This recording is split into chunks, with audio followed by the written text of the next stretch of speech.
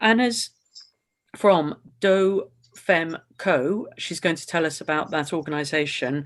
Please tell us about your organisation, why and when it was formed, how have the trans laws in Spain affected children and young people, and how have you reacted to these laws? Okay, so the title is Do Femco, an overview. And first of all, I'm going to explain you a little bit how the situation is in Spain dealing with the regional trans protocols in schools. So they have been passed since 2014 in 14 of the 17 regions we have in Spain. In them, it is said things that are going to be very familiar to you because this is international, but anyway, they say things such as you can be born in the wrong body, trans rights are human rights, these policies are needed to stop the suffering. And they are also penetrated with this neo-language, gender fluid, non-binary, transgender, assigned name, you know. And it is very, very, very worrying that there is a list of trans activist associations in these protocols as reference for LGTB+ educational guides and workshops for teachers and students. These protocols say that the school has to provide training to all the educational community. Teachers, we must learn how to identify, affirm, and accompany trans kids. And we call it gender critical teachers. We call this function as being a gender police officer. But in fact, as Dee explained, teachers, we can even open a child abuse investigation when families oppose. Moreover, we have to include gender ideology in the syllabus of all of our subjects. As well, avoid sex-segregated activities and tasks. We have to foster the students' social transition in the school, calling them by their felt names, also changing the name in the class listing, and they can use the toilets, the locker rooms, or they can enroll in the sports they feel they belong to. And the school has also to adapt facilities and avoid sex-segregated spaces. This is also in the protocols, but as well, trans activist associations such as Chrysalis, the one you have there, the picture, they make guides for teachers in case we don't read the law. We have those guides explaining all this in detail. As for the students, these protocols say that they have the right to change the assigned name for the felt name in all the school documentation without any medical or psychological evaluation, as Dee explained. This is international. They have the right to be socialized by their gender identity in all school facilities.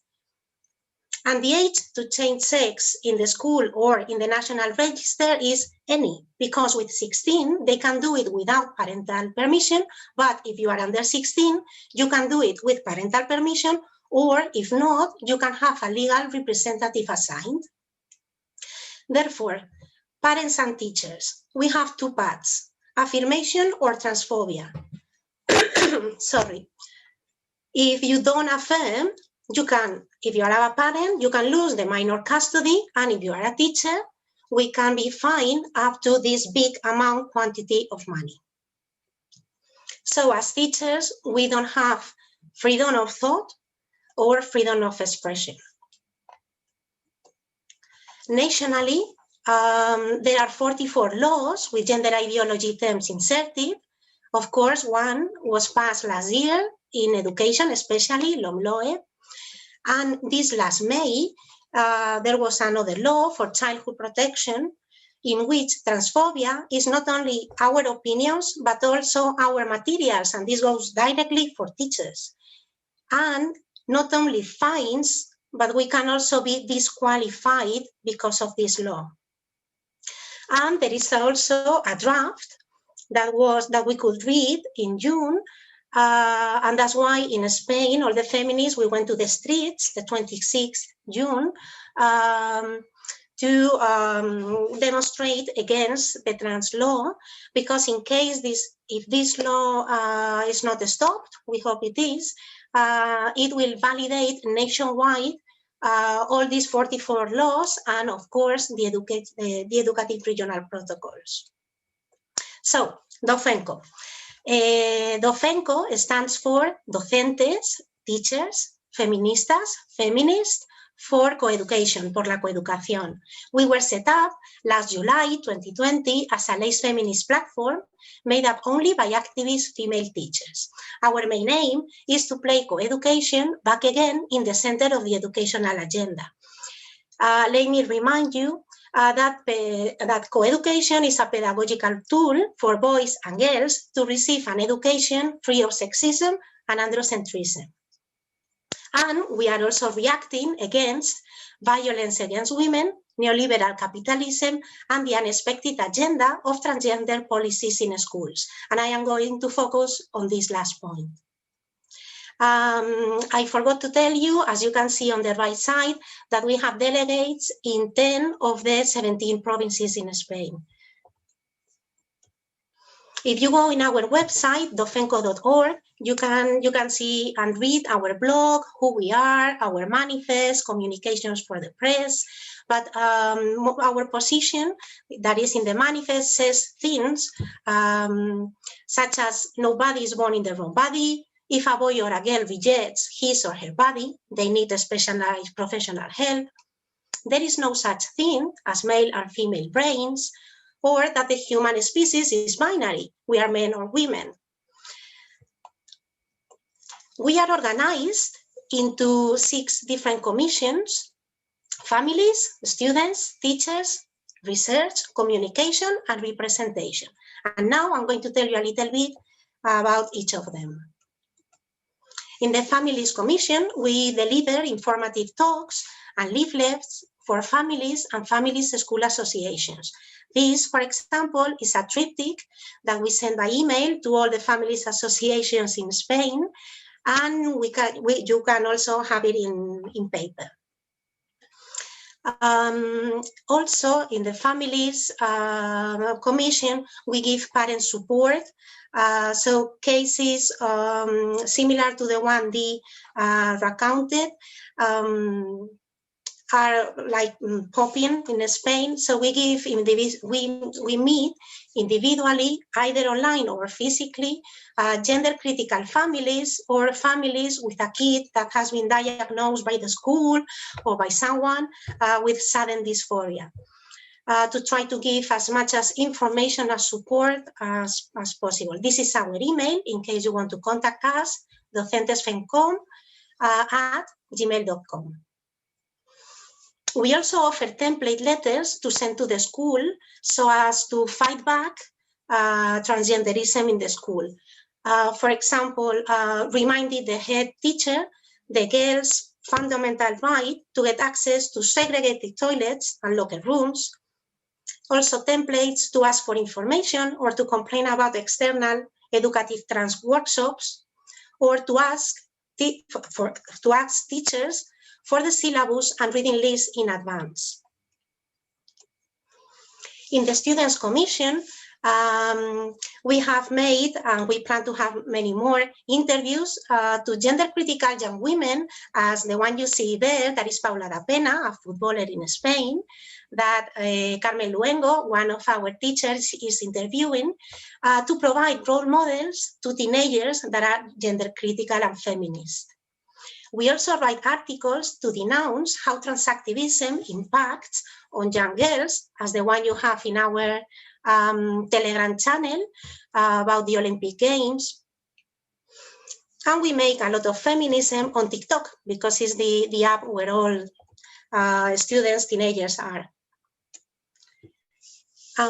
In the Teachers' Commission, we assist gender critical teachers who contact us worried about the number of sudden cases of dysphoria, teachers who are afraid to speak in the school or wanting to object to transactive workshops, but they don't know how.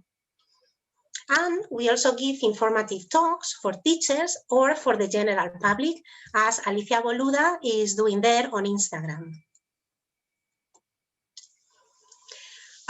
We also have webinars on coeducation to regain its aims, because as you know, it has been kidnapped by transactivism. There you have an image that says everything. So coeducation nowadays is no longer between boys and girls, now it's between circles, triangles, squares, you know. And we also have a library in which there are lots of documentaries, feminist talks, and also books for kids, teenagers, also for adults and parents to learn about coeducation. And we also give recommendations, and as the ones you see there with green ticks. But also we have, as you can see with the arrow, there are some books that pretend to be feminist, but in fact they are transgender, they include transgender ideas. So we also write like warnings with crosses, red crosses, for books, as this one that says niñas and niños, that is the title, boys and girls. However, we have seen sentences such as también hay niñas con pene y niños con vulva. That is, there are girls with penises and boys with vaginas. So as you can imagine, we don't recommend it at all. In the Communication Commission, we inform, attend, and get the media involved. So we make lots of interviews. We say yes to everyone that invites us to talk or do whatever. We had a press conference last February, as you can see down on your left hand, about the impact of the trans law in the schools. And it was a really big success. We are very proud of it. And it has had lots of views, as you can see, more than 5,000. And we also publish articles, gender critical articles, in the few general interest newspapers that allow us to do it. Because if most of the society is calling us TERFs, as you can see down below in the center, that is an article that talks about the TERFs brain.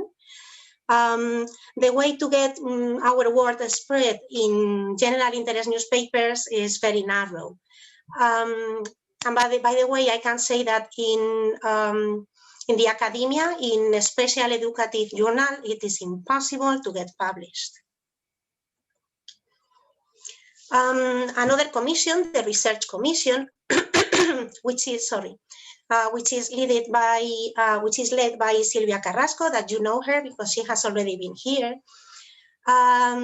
In this commission, they register trans children cases. Also, they register official trans school guides and those of trans activists and teachers' unions. As you can see, those three are teachers' unions along with trans activists, and that is what we see inside the schools. Teachers, we have to learn with those kind of guides. So what we do is to dismantle them with scientific objectivity and then to inform the public about what they say. We also have all the social media available, Facebook, Instagram, Twitter, Telegram channel in YouTube. And in our web, something we do thanks to our translators and designers is that every time we see something interesting, for example, Abigail Sayer gave an interview on TV and we really like it. So we wanted parents to see it and also teachers. So what we did was to translate all the interview, and you can play it and scroll down and read it in Spanish. And our last commission is the Institutional Representation Commission. And there we try to address and to meet teachers' unions, political parties, women's institutions, the Ministry of Women, and the E is in capital letters because they just decided like 3 months ago to change the name. And you know that everything that is in plural, it usually has behind the patriarchy. And we also try to meet the regional boards of education and equality. I say that we try because this is one of the hardest parts. It's difficult to get received by them. On the one hand, we have politicians, as you can see on the left side, Here we have an example of two left politicians calling us directly TERFs, so that you can see how they are addressing TERFs, directly from political parties. In the center, we have the image of Carmen Calvo that was supposedly hanged figuratively in Santiago de Compostela in February, and she was made resign. She is no longer in the government. So imagine how hard is transactivism in the streets. So if you want to Google in Barcelona, the 26th June, when all the women, as I told you, we went to the streets to demonstrate against the trans law. There were anti-riot policemen, police officers trying to stop all these people, with the shirts, kill the TERF.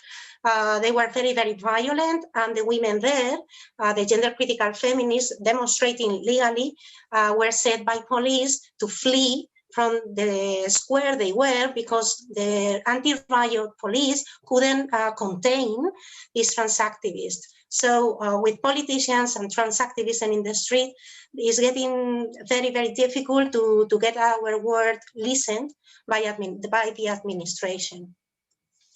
And finally, the nice part is that in the Representation Commission, we established national relations. We work with many other feminist Spanish associations in Confluencia del Movimiento Feminista. And we also established international relations. We sign any manifest or letter supporting girls and women's rights, such as the Women Human Rights Campaign letter, obviously.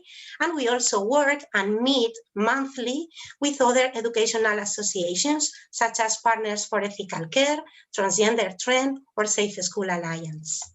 And that's all. Thank you very much for listening.